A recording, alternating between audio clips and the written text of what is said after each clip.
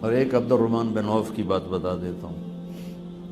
عبد الرحمن بن عوف رضی اللہ تعالیٰ عنہ پورا پاکستان خرید سکتے تھے، اتنی دولت اللہ نے ان کو دی تھی۔ ان کو اللہ کے نبی نے دعا دی تھی جس کی وجہ سے وہ کہتے میں مٹی کو بھی ہاتھ لگاتا ہوں تو سونا بن جاتا۔ تو ان کو اللہ کے نبی نے ٹائٹل دیا تھا کہ عبد الرحمن رحمان کا تاجر ہے۔ تو عبد الرحمن بن عوف رضی اللہ تعالیٰ عنہ فرمایا کرتے تھے کہ میری تجارت کے 4 اصول تھے، یہ بھی سارے نبوت سے ملے ہوئے ہیں، نبوت سے ملے ہوئے۔ فرمایا کبھی ادھار نہیں خریدا، پہلا میرا اصول کہ میں نے زندگی بھر کبھی ادھار نہیں خریدا۔ تو چھوٹے موٹے تاجر نہیں تھے۔ نمبر 2، کبھی ادھار نہیں بیچا، کبھی ادھار نہیں بیچا۔ اب بتاؤ کتنی ٹینشن ہوگی، ساری مصیبت ادھار دی پئی ہوئی۔ کوئی ادھار دینا یا لینا منع نہیں ہے، لیکن آپ حیران ہوں گے کہ میرے نبی نے نافرمان سے نافرمان کا جنازہ پڑھایا، مکروز کا جنازہ نہیں پڑھایا۔ آپ پوچھتے تھے اس پر قرضہ ہے؟ کہ جی ہے، تمہیں پڑھا۔ ایک صحابی کا جنازہ ہے، آپ کھڑے ہونے کا یا رسول یہ تو بہت غلط آدمی تھا، تو آپ نے کہا کوئی کسی نے اس کی کوئی نیکی دیکھی؟ تو ایک نے کہا جی اس نے اور میں نے مل کر اللہ کی راہ میں پہرا دیا تھا ایک رات۔ آپ نے کہا واہ، تم اسے جہنمی کہہ رہے ہو، میں اسے جنتی کہہ رہا ہوں، اور آپ نے اس کا جنازہ پڑھایا۔ مکروز راتوں کا تہجد گزار ہے، دن کا روزے دار ہے، اور آپ کہتے ہیں تسی آپ پہ پڑھا دو، میں نہیں پڑھا ہوں۔ یہ کس لیے تھا؟ ادھار کی حوصلہ شکنی کے لیے تھا۔ یہ نہیں کہ خود ساری زندگی ادھار پہ چلے، ساری زندگی ادھار۔ جس وقت دنیا سے تشریف لے گئے تو زرہ رہن رکھی ہوئی تھی، وہ بھی ادھار کی ایک قسم، اور اس کے بدلے میں آپ نے کوئی جو لیے تھے، اور وہ جو آپ واپس کر کے اپنی زرہ نہیں چھڑوا سکے۔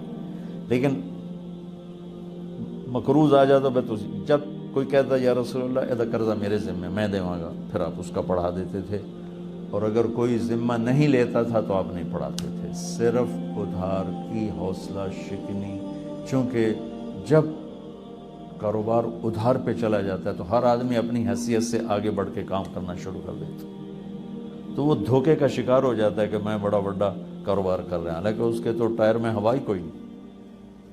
تو اس سے پورا بازار مصنوعی ہو جاتا ہے، حقیقی نہیں رہتا ہے۔ میرے نبی بازار، آپ کو ایک حدیث سناتا ہوں، شاید کبھی آپ کے سامنے وہ کانوں سے گزری ہو۔ میرے نبی روزانہ ظہر کی نماز پڑھ کے پورے بازار اور منڈی کا چکر لگاتے تھے، اور ساری تجارت کو خود چیک کرتے تھے۔ ساڑھے علماء تھا دن اسیدہ بازار جاؤنے نہیں سڑی بیچتی، اور میرے نبی روز ظہر کے بعد بازار کا چکر لگا کے منڈیوں کو چیک کرتے تھے۔ ایک مشہور واقعہ ہے، وہ اسی چیکنگ کا ہے کہ بارش ہوئی تھی، آپ منڈی کا چکر لگا رہے ہیں، غلے کا ڈھیر خشک پڑا ہوا ہے، آپ کو خیال ہے بارش ہوئی ہے کہ ایک خشک کیوں میں پہ، تو آپ نے اندر ہاتھ ڈال کے مٹھی نکالی تو وہ ساری گیلی، تو آپ نے کہا ایک ہی کی تھی؟ کہا جی وہ بارش کی وجہ سے گیلا ہو گیا تھا، تو میں نے نیچے سے خشک اوپر کر دیا، گیلا اندر کر دے، چلو بے کب کو جاوے۔ تو آپ فرمایا گیلا باہر نکالو، خشک اندر لے جا۔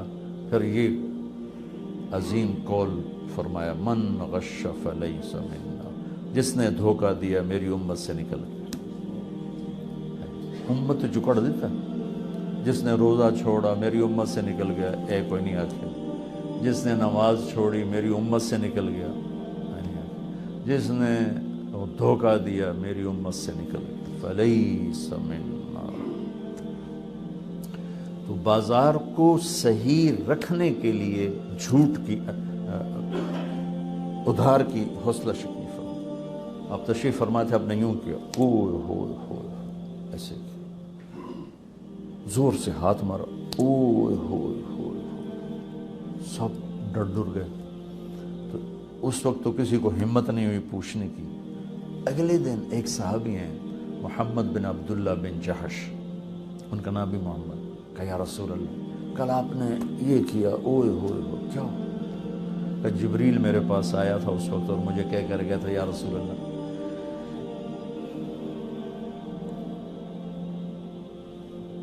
ایک شخص اللہ کی راہ میں جہاد کرتا ہوا شہید ہو, پھر زندہ ہو, پھر شہید ہو, اور اس پر قرضہ ہو تو جنت کی ہوا بھی نہیں لگی, اس کو جنت کی ہوا بھی نہیں لگی.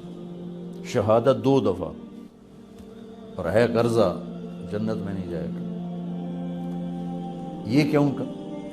بازار اپنی اصل پہ رہے, مصنوعی نہ ہو جائے.